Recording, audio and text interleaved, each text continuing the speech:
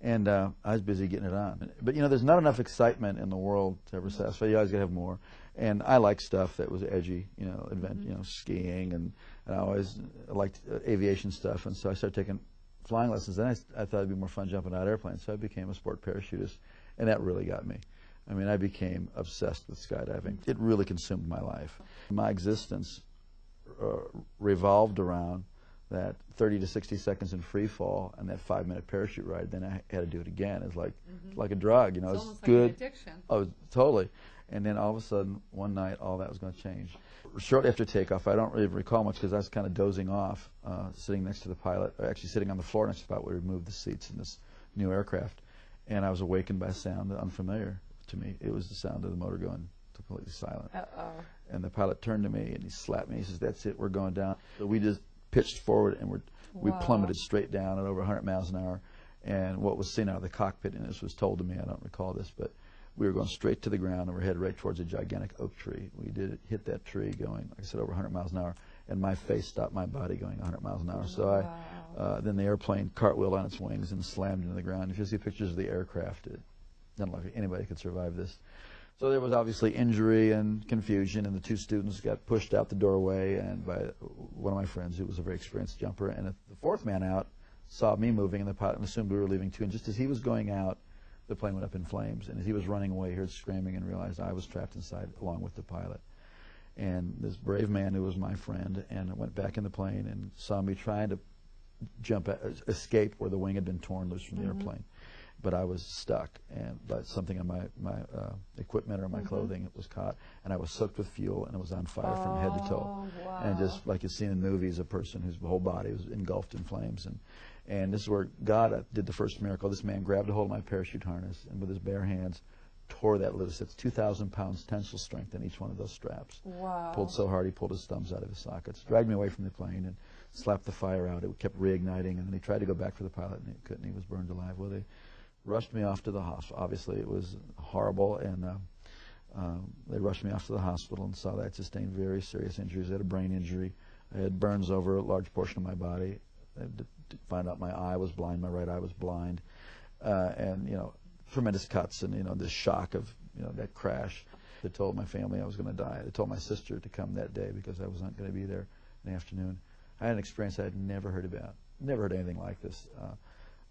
As I was laying there in that condition, just racked with pain and discomfort in every way possible, suddenly my inner man, the real me, my spirit, sat up out of my body, and I could feel my legs go through the springs of the bed. Wow. And my spirit came out of my body as if you would take a glove off your hand.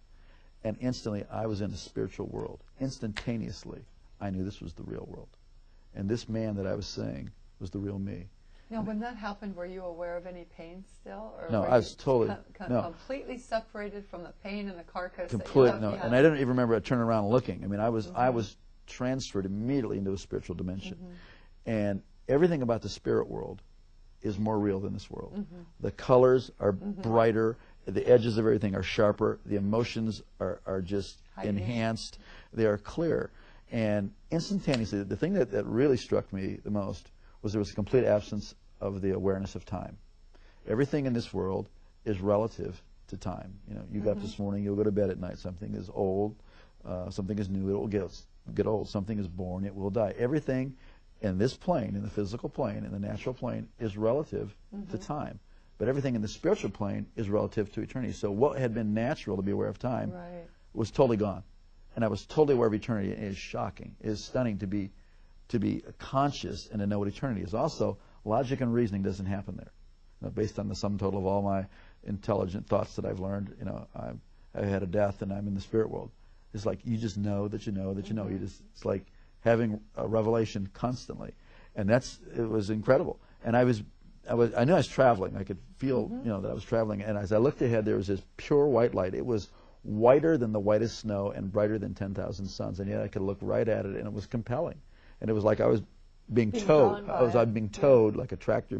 And as I was looking, I could feel this anticipation.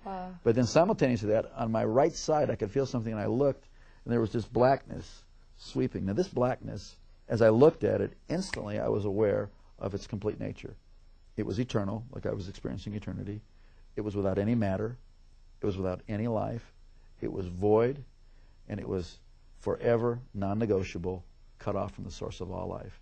And the more that I looked at it, the faster it would sweep. And the faster, and the more that occurred, the more intense the feeling of the nature of being cut off and sealed forever and separated.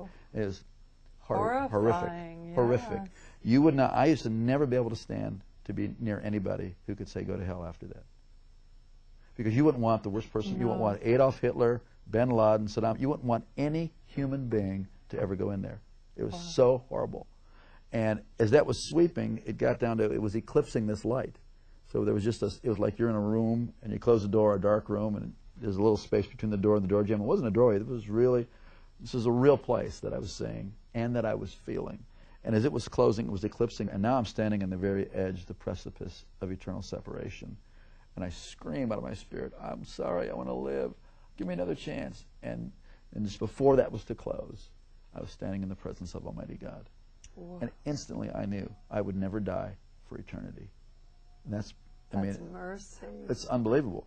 And instantly I knew that this being who was off on this side of me, who I didn't see, but I was standing in this river of golden radiation. It looked like a moving river of golden light. And this river went that way, it went that way, it was underneath me, it was going right through me. And this river was alive. I don't know how to describe it, except that this called the river of life. This river was alive, and and it's going right through me, and I'm more alive than anybody can imagine. I mean, this is the height of the experience of life. It filled up with life, and somehow I knew this being was going to take care of me for eternity. I didn't see the New Jerusalem. I didn't see any angels in heaven. I didn't see any people who had gone before me. This was the max. So I was so filled with just the love and all of God's majesty, all of His authority, all of His love, everything was just flowing through me. I was like vibrating like a tuning fork, the very essence of God's nature. But when God spoke to me, and not in a language like you and I are talking now, but the knowledge of His purpose, the word of His purpose, came in through that same light. And I was taken back to the same way I was like being reeled in like a kite, and I went down through space and time, this dimension. As my spirit settled into my body, and I could start to hear out of these ears and see out of this eye, I came to in the room, materialized, kind of like they beam up on Star Trek, and I heard myself speaking in this beautiful language that I had never heard anybody talk about before. The heavenly language. Yeah, it was a beautiful language, and when my brain turned on, I thought, what in the heck is this other language? And I was no longer, the person who was dying and dead was no longer, and I was born again and filled with the Holy Ghost. And I'd never met anybody who ever told me about anything personally, knowing God or anything supernatural, other than historically what I knew from stories from the Bible. Never met one person who told me they had a real relationship with Jesus. Never knew about the need to really come into a relationship with the Lord through Jesus. And for years I wondered, what was that blackness, and why did it sweep down to where it was just a sliver, like about a half-inch of white light? And years later, God revealed it to me. It was really a historical record of my life, that for all the years that I had lived, I was in darkness, and God gave me a space to cry out to Him. And in that space, it changed my future, my destiny, my whole purpose. God loved me the whole time. God was with me. But, please don't wait until you're that desperate. We're desperate right now, and He's with you, and you have a chance today to cry out to God. It's not complicated. It's not religious. I mean, certainly my prayer wasn't all that complicated, and it wasn't about religion. It was about I needed life, and there is no one of us before God that doesn't need the whole life that He has to offer. It's usually fear that keeps us from doing that, or like we're afraid, well, I'm not good enough. That's the whole deal. We need God.